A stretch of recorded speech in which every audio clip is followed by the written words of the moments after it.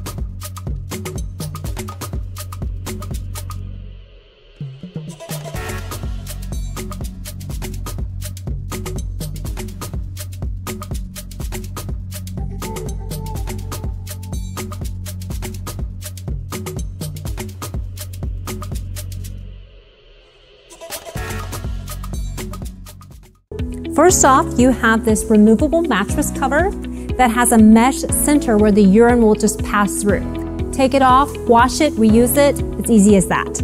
Now we have the Easy Drain mattress. In the middle, you can see that it's made of silicone and it has little tubule holes inside. That's where the urine will pass through. Here you'll see that the tubules come out and the liquid will pass into the collection funnel. Once the urine is in the collection funnel, it will drain down into what we call the collection tank. And I'm going to show you how easy it is to take the collection tank out. So you just take out the collection tank, you remove the lid, and then you can dispose of any liquid that is accumulated there. I'm going to put this back, and then I want to show you the mesh pants that come along with this unit. Now these mesh pants are great because the urine will just seep through and into the mattress, while it will also hold back any bowel movements that have occurred. They're really easy to remove. They snap on the side. Just take it off the patient, wash it, and then you can reuse it. Behind this innovation is Mr. Ezra Nyankira. Karibu kwa show. Asante sana JD. Mr. Ezra, what really inspired you to start this line of products? Yes, JD, I was a nurse for a long time, 25 years. Here in the U.S.? In the U.S., yes. I used to go from one home to the next, take care of people with wounds in their homes, and then I'm on my way. And what really started this, I took care of one couple. It was a man and a woman, and the woman was bedridden. Right. And the husband was elderly and frail, could not really help the wife. But I used to come there. The wife had a wound on her coccyx. I come there in the morning, change the wound, change her diaper, and I leave. And then I'll come back the following day. And the following day, I'll find her in the same diaper. Because nobody came and changed her, and the husband couldn't really help. And with that, the wound was getting bad. It was getting worse. The couple didn't want to be in a nursing home or in a hospital, so home care was their solution. I know the diapers do a good job, but they are protecting the bed, not the patient. Yes, yes. So I started thinking there's got to be a better way to address this issue. So then I started thinking, what if we had a mattress which drains the urine? So I started searching for something like that. I couldn't find it anywhere. And every time I came to take care of this patient, after I take care of her, she would hold my hand and cry, say, you know, beg me not to leave. So I started thinking about that. I went to, was it Joan Fabrics? I bought some mattresses and I put holes in and put plastic on top and poured water. Yes, the water went down, but it went into the mattress. Of course, yes. That didn't help much. Yes, yes. So I had to start thinking of other things. Yeah. So I went again and bought some tubes, put them through there and tried to experiment. I knew the idea was there. Yes. But I just couldn't figure out how to do it. Yes. Can you mention the year? I believe this was about 2007 when I started. 2007. 2007. Yes. That's when I started thinking about that. And why were you still a nurse then? Yes, I was a nurse. You're still practicing? Yeah? Yes, I was still a nurse. Okay. Inspired by the agony and physical pain that his so bed-bound clients go through, and with a sketchy idea still stuck in his mind, Ezra was determined to develop a unit that would lessen pain and make bedridden patients stay dry and comfortable.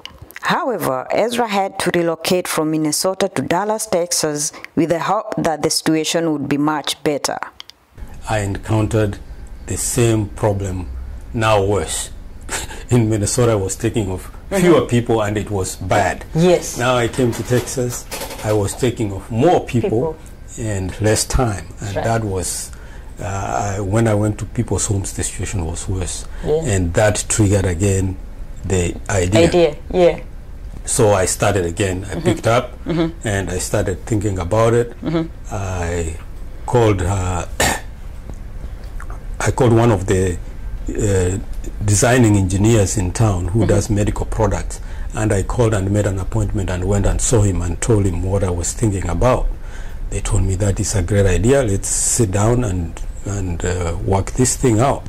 So we sat down and we drafted. I told them how I wanted it, and I showed them my prototypes, the things I had been trying, and then we came up with a design and the materials which could be used to achieve that product. Right. But the cost which came with that was way beyond my ability. Yes. So I called up a few of my friends. We sat down and I told them about the idea and what it's going to help, or who it's going to help, and they decided this is a great idea, and we could undertake the project. Right. So we gathered around a dinner table in one of my friend's house, and we brainstormed on how to come up with the money to start at least the process. And process number one was to get the engineering done, and then the patenting. Now came the part where we had to get the unit developed. Yes. And that was, I think that was the most grueling part, or the hardest part which we underwent at that particular time. Because I called all the product development companies in the US. I called 204 companies to help me get the product developed. And the price was over $500,000 from each place I called. You're talking dollars? Yes. Yes. I couldn't, so we thought for a while, I think we have come to a block. That's it. Yeah. But then we started thinking, why don't we call other countries and see if there's anybody who can do that? So our number one thought was, let's call China. So we started looking for companies who do product development in China, and I called only 7 companies in China, and we found somebody who can do it at a reasonable price. Do you have any other challenges apart from that? That is simplistic, what I have given here. Yes. It was very difficult for sure to get our engineering to match factories in China to get the products done and designed, and then there was, of course, we had to build our own assembly line since it was our product, and that was a challenge too. We had to find means and ways of raising more capital. Originally we thought we were going to spend about 50 grand, but by the time we are set and done and we have a product you can see, it was almost $500,000 by the time we got the unit right here. Yes. Through the development process. There were some times we did something and then we tried to apply it, and then we had to do tweaks, changes here and there, and that can be spendy, especially when you are new in the industry and you're trying to get in, and that was a big challenge. After that, the other challenges were, we thought now we have a prototype, we are ready to go, we go out there and show everybody, and we were excited and we got everybody, and now we got to present it to people who could use it, or companies which could do such.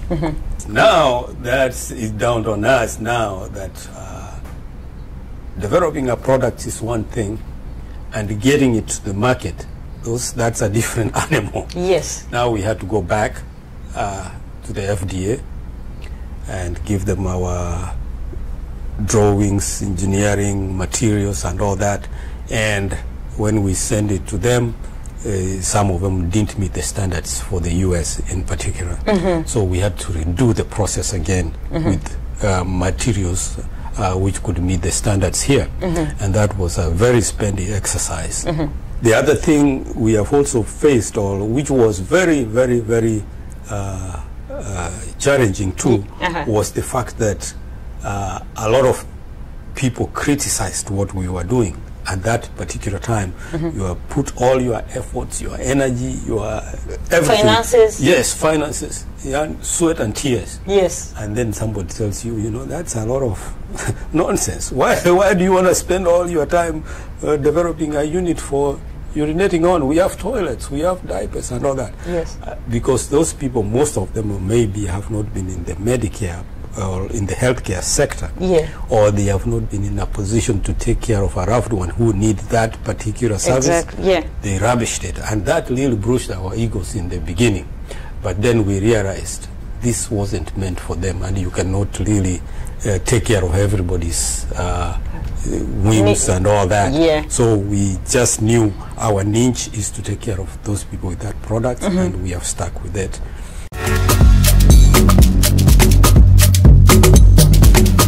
Do you have now, with all that and being at this point, do you have collaborations, do you have partnership that are seeing you're putting together to see the growth of this unit? Yes, since day one, we have come a long way from day one actually. Right now as we speak, we have collaborated with a few companies. We have Product Mentor. That is a company which helps startups get their products to market. They have helped us come a long way. They have helped us navigate some areas which we couldn't, or some things we didn't know we had to do. They have helped us greatly in that area. Of course, we have had a lot of distributors, medical equipment distributors have come. They have come, seen our units, and a lot of them have agreed they are going to distribute our beds. Ezra, technology is really advanced. Every day there's a new technology coming up. How are you working hard to make sure that your unit, this unit, stays up to date with the technology? With technology, I'm sure we are not left behind. We understand that the world is moving that direction, and we are not burying our heads in the sand. We are abreast with that. But there's a few things I want to point out. First, any bed which a patient uses, basically you lay on it, and if you are incontinent, you are going to pee. It doesn't matter whether that bed goes up and down, turns sideways, whatever it does, the urine has to go somewhere. Right. And now that we have the patent, we are the first company to ever do something like this. We have that patent. So whether those there are some other beds which are more advanced technologically, they have all the bells and whistles and all that, but eventually they will have to come and incorporate our technology in those beds. Right. But two, this is the basic unit you are seeing here. This is just a basic unit which can be used in a home setting, in a med-surg unit, and something like that. But we are also working on other units which have all the whistles and bells, like the advanced beds you see in emergency rooms or critical care settings, with scales and with the ability to tilt and all that. We are already developing those products. What plans do you have for the future? Show us a picture of what's in the future for the company and what you're working on to achieve them. I believe from day one, when we started rolling out the product, our goal was at some point in the next 10-20 years, we'll be among the topmost providers of healthcare beds in the world globally. That's because we have that specific niche which somebody else didn't address. And I believe that is a concern which pretty much everybody who has been in a home setting or in a hospital setting, or you've had a loved ones who cannot take care of themselves, understand that that need wasn't addressed conclusively. And with that, our goal is to collaborate with other companies, and as I said earlier, there are companies which have reached out to us. They would like to partner with us. We are going to partner with them, and we are going to nurture the product until it gets the global recognition and growth it needs. We intend to stay in that sector or that niche for a long time. You might be wondering, how do you clean this unit? And this unit is super easy to clean because there are two ways you will clean it. One is when you don't need to clean the tubes, where you will just wipe it down with soapy water or whatever kind of disinfectant that you need to use. But there are times when you need to clean the tubes. If you feel that maybe there's something stuck or there's some buildup in the tubes, all you do is take our specialty brush, which we supply with every bed, drive it through the tube. It will be very tight just to ensure scrubbing.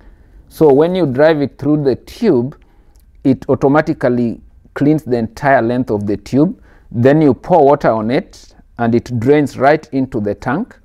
And that way you clean it and rinse it with one go. And to control odor, there will be some pellets or tablets provided that they're easily available in the market that you can put in the drainage tank, and that will eliminate odor. The funnel comes out, and this can come out completely for ease of cleaning. And then the drainage tank, this is also very portable, easy to move, and you can move this. Just open it like that, all the way, empty it. You can empty this and just disinfect it and put it right back and reassemble it.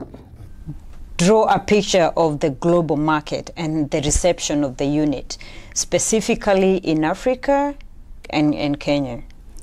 Okay, what I can say about the Easy Drain unit and the bed, both as a concept and a product, in terms of the solutions it offers, is that the reception by the consumer is very encouraging. One, because it's very practical in terms of relieving pain and also easing the burden of the caregiver. However, looking at Kenya as I would say the epicenter for Africa, is that we have got very, very good reception from 6 counties, county referral hospitals that have been able to test the bed.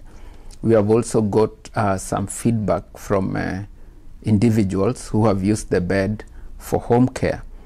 Right now, we are here in the US, of course. We are in several states. In group homes, some nursing homes and private care homes in several states. We have a distributorship in Nigeria that's taking care of West Africa. So we have a few units in Nigeria, Cameroon, Ghana. And then We are actually, this fall, we are having a launch in Europe that will be in the UK, that will take care of the European market. And then also this summer, we are scheduled to launch it in Dubai. So we are making small steps, but we are getting to the global reach where we want to get. Ideally, we like to be in Australia sometime before the year ends, at least do the introduction and all that. And then we'll see how it goes. But that's where we are right now. What would be your advice to any aspiring entrepreneur? First of all, if you're an entrepreneur, there's one rule you have to live by, that is never give up. If you have an idea and you really have the gut feeling that this is a good idea, and you can see, you have sat down and turned it over several times and see that it's something which can profit humanity, then I think you should never give up. You should talk to people. In the beginning, when I started talking to people about the product, I was discouraged. Oh, people will steal your ideas and all that. But then you realize if you don't speak out and talk to people who can help you get where you want to get, you will die with the idea. Then it's as good as useless. Vision is not for everyone. And Coca-Cola actually sold only one bottle of its products in its first year. So it takes time for people to accept new things. It takes time for people to embrace new things. So just as Coca-Cola would still give some things away for free, it's incumbent upon us to keep, especially in the areas where people do not understand this solution very well, to ensure we put it in these people's hands, which we are already doing, so that they can experience the product and see where it is. That's not our only product. We do have other products. Right now we have about 6 patents in medical-related products or healthcare-related products, and we are working on more. And I believe when it's all said and done, we'll have a good number of products which we would have produced, which we are hoping will help humanity. When we walked the journey of this innovation, we didn't see it blowing back directly to us, and some of us being among the first beneficiaries. So it's like even within the company, Ezra, who is the president of the company, was the first beneficiary within the family, and then I've been the second beneficiary. It never occurred to me that at some point in life, it will be a first-hand experience. So yes, I could see the need where it could be used and all that. But in the back of my mind, or in anybody's back of their mind, they never thought, well, I'm making this thing so when I become incontinent, I can use it and all that. That is never at the back, but we also know the need is there. But personally, I could say it has touched me in a very special way, more than before. Before, yes, I developed it because I saw the need and all that. But when my dad got sick and he needed care, he was a healthy man and he was heavy. He wasn't a light guy, so it was not easy to move him around when he was incapacitated. We got the beds, got it home where my uncle was, and basically 2 days later, my cousin and my aunt called me, and they were seeing such a big difference. Not even the relief of the struggle of the patient, but the relief they were getting themselves, especially around feeding time, how regularly they needed to attend to his incontinence, and all the things that come with somebody who is very, very sick. He became incontinent, and of course he happens to have grandchildren who are taking care of him and my mom.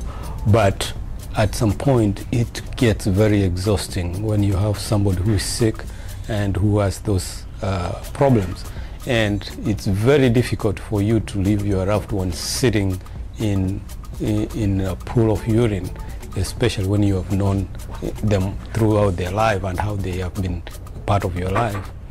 And when my dad got sick, we happened to have the units in Kenya, and he used the bed. And when the bed arrived, I could see the relief that it brought to the whole family, because they were taking turns to sit by the bedside, to turn him every 2 hours, to change him, and he was taking Leakage, which made him urinate a lot. So like every 30 minutes they had to do a bed change and all that, and it was becoming really, really exhausting.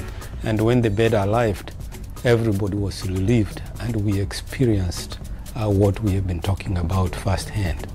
It was a big relief that I hope other families will get to experience when they are in need. After my dad passed, we donated the bed to somebody else, and of course we have donated a few beds here and there, but this particular lady we took the bed to, the husband was sick and he was also heavy set, and she didn't have anybody at home to help her turn the husband back and forth, change him, and it was too exhausting for her and too much of a daunting task. So we took the bed and set it up for her in her home and transferred the gentleman to the bed, and of course we left and went our way and on our business. And then the following day I was home, and then this lady comes to just come to thank us of what we did, and also to express the relief they have received now that he's not laying in urine.